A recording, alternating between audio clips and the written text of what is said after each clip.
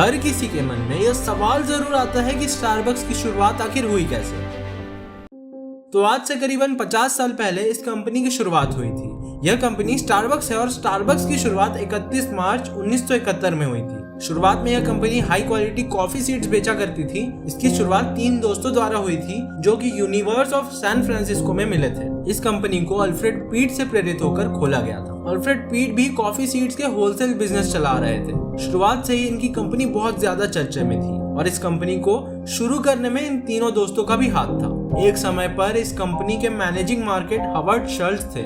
इन दोस्तों ने शुरुआत में कंपनी को खड़ा किया था और सिर्फ कॉफी सीड्स बेचकर कंपनी को आगे भी बढ़ाया था। इस कंपनी के मैनेजिंग डायरेक्टर वॉट जी ने इटली में जाकर इसका काफी प्रचार और प्रसार किया, जिससे लोग इस कॉफी को लेने आते थे। यह कहना गलत नहीं होगा कि स्टारबक्स ने कॉफी पीने के तरीके को ही बदल रखा है। घर और ऑफिस से बाहर आप अपनी मनपसंद कॉफी पी सकते हैं और रिलैक्स कर सकते हैं। इतना ही नहीं, स्टारबक्स के बारे में तो ये भी कहा जाता है कि पहले इसने अमेरिका को कॉफी पीना सिखाया और अब धीरे धीरे पूरी दुनिया को कॉफी पीना सिखा रहा है। जिस तरह लोगों में स्टारबक्स को लेकर क्रेज है, ये कहना गलत नहीं होगा कि इनका प्राइमरी प्रोडक्ट कॉफी नहीं है। कॉफी तो इनका सेकेंडरी प्रोडक्ट है। असल मायने में ये अपने द्वारा दी गई सर्विस और वहाँ के एक्सपीरियंस के लिए चार्ज करते हैं। हाल ही में पता चला कि इनके कॉन्सेप्ट से बहुत ज्यादा खुश होकर चाइना द्वारा भी इन्हें प्रस्ताव दिए गए थे। इनकी कॉन्सेप्ट को देखकर ही हॉवर्ड जी बहुत ज्यादा प्रसन्न हुए थे। जब वापस आए तो उन्होंने बोर्ड ऑफ डायरेक्टर की मीटिंग बुलाई और इस मीटिंग में प्रस्ताव रखा जिसके अंतर्गत बिजनेस में कुछ भी नया करने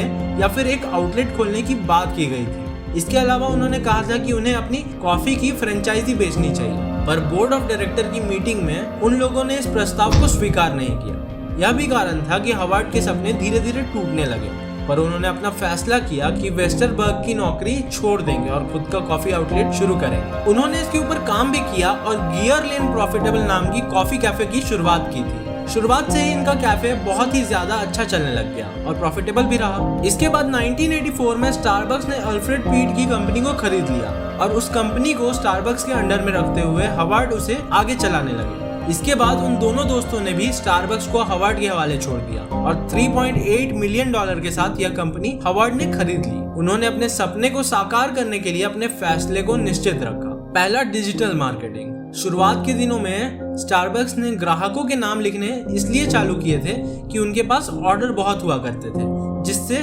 गलतियां होने की संभावना नहीं होती थी। लेकिन बाद में यह उनके मार्केटिंग का तरीका बन गया। उन्होंने देखा कि कप पर नाम लिखने से न सिर्फ काम में कुशलता आएगी बल्कि ब्रांड अवेयरनेस भी बढ़ेगी। यह उनके लिए ग्राहकों के दिमाग में अपनी जगह बनाने का एक तरीका बन गया। कभी कभी ऐसा भी होता है कि वह कपों पर अपने ग्राहकों के गलत नाम भी लिख देते हैं और ग्राहक उनके द्वारा ऐसा करने पर गुस्सा होने की जगह उससे खुश होते हैं। वह ग्राहकों को कुछ मजेदार नामों से भी संबोधित करते हैं, जिसके कारण ग्राहक आनंदित होते हैं। ग्राहक को मजेदार नाम देना स्टारबक्स के लिए ब्रांड एक्सपोजर का सबसे अच्छा तरीका बन गया, क्योंकि कभी कभी ग्राहक इन मजेदार चीजों को सोशल मीडिया पर शेयर करना पसंद करते हैं, जिससे उनके ब्रांड का फ्री में प्रमोशन हो जाता है। दूसरा है सेंस ऑफ ओनरशिप। जब कंपनी कॉफी कप पर ग्राहकों के नाम लिखती है तो ग्राहक उत्पाद के साथ अपना जुड़ाव महसूस करते हैं। उत्पाद के साथ स्वामित्व का एहसास होता है कि यह कॉफी सिर्फ मेरी है। यह स्टारबक्स का ब्रांड वैल्यू बढ़ाने का स्मार्ट तरीका है। तीसरा है टू वे कम्युनिकेशन। अक्सर स्टारबक्स के कर्मचारी ग्राहकों से उनके नाम के साथ साथ उनकी अन्य जरूरतों के बारे में भी पूछ लेते हैं। ऐसा करके वह ग्राहकों को यह दिखाना चाहते हैं कि वह उनकी जरूरतों को सुन रहे हैं और उन्हें पूरा करने का प्रयास कर रहे हैं। किसी भी व्यवसाय में दो तरफा संचार होना महत्वपूर्ण होता है। ग्राहकों की जरूरतों को पूरा न करने पर वह ब्रांड की इतनी परवाह नहीं करते, इसलिए ग्राहकों की जरूरतों को पूछना और उन्हें जवाब देना किसी ब्रांड की सफलता में महत्वपूर्ण भूमिका निभाता है। ग्राहक उसी ब्रांड को चुनना पसंद करते हैं जो वास्तव में उनकी परवाह करते हैं। यह अपने ब्रांड और कंपनी को सफल बनाने का सबसे बढ़िया तरीका है। वास्तव में स्टारबक्स न केवल प्रोडक्ट क्वालिटी पर बल्कि ग्राहकों के बेहतर अनुभव पर भी काम करता है। कपों पर ग्राहकों के नाम लिखना वाकई में स्मार्ट कंपनी प्रमोशन का उत्तम तरीका है। ग्राहकों को आकर्षित करने के लिए स्टारबक्स ने उत्कृष्ट मार्केटिंग स्ट्रेटेजी को अपनाया है और खुद को दुनिया भर में सफल बनाया है। अब बात करते हैं reasons for success of Starbucks. तो पहला है कस्टमर एक्सपीरियंस। ग्राहक से ही आपकी कंपनी चलती है, इसलिए इस क्षेत्र में स्टारबक्स ने काम करने में कोई कसर नहीं छोड़ी। उन्होंने अपने ग्राहकों को गुणवत्तापूर्ण स्नैक्स और कॉफी उपलब्ध कराई, फ्रेंडली डेकोर के साथ साथ अच्छा एटमॉस्फेयर भी दिया ताकि लोग यहाँ अपने दोस्तों से मिल सके, अपना काम पूरा कर सके। इसके साथ साथ उन्होंने वाईफाई की भी सुविधा दी। स्टारबक्स आपके लिए हर तरह की कॉफी तैयार करता है। यह स्टारबक्स की मार्केटिंग स्ट्रेटेजी का ही जादू है, जिसकी वजह से ग्राहक वहां बार बार जाना चाहते हैं, भले ही इसके लिए उन्हें ज्यादा कीमत देनी पड़े। दूसरी बात है लोकेशन। स्टारबक्स अपना स्टोर भी ऐसी जगह रखता है जहां काफी लोग आते जाते हो। अब ऐसे में स्टोर्स को देखकर वहां रुकना और अपनी पसंदीदा कॉफी ऑर्डर करना भी बेहद सामान्य है। तीसरी बात है क्वालिटी। घर पर खुद से कॉफी बनाना इतना मुश्किल नहीं है और ना ही ज्यादा महंगा है, लेकिन फिर भी ग्राहक स्टारबक्स की कॉफी से अपने दिन की शुरुआत करना चाहते हैं, क्योंकि क्वालिटी और आराम हम सभी को चाहिए। स्टारबक्स इसी के लिए फेमस है। स्टारबक्स ने कॉफी से अपनी शुरुआत की, लेकिन धीरे धीरे मांग को देखते हुए हेल्दी स्नैक्स, सैंडविचेस और हॉट ब्रेकफास्ट को भी अपने मेन्यू में शामिल किया। नए ड्रिंक्स और फूड आइटम्स उनके मेन्यू में शामिल होते रहते हैं। इसके साथ साथ उन्होंने चाय, caffeine free drinks, vegan snacks, coffee and gluten free options भी रखे ताकि सबकी डिमांड पूरी हो पाए। चौथा है इनोवेशन।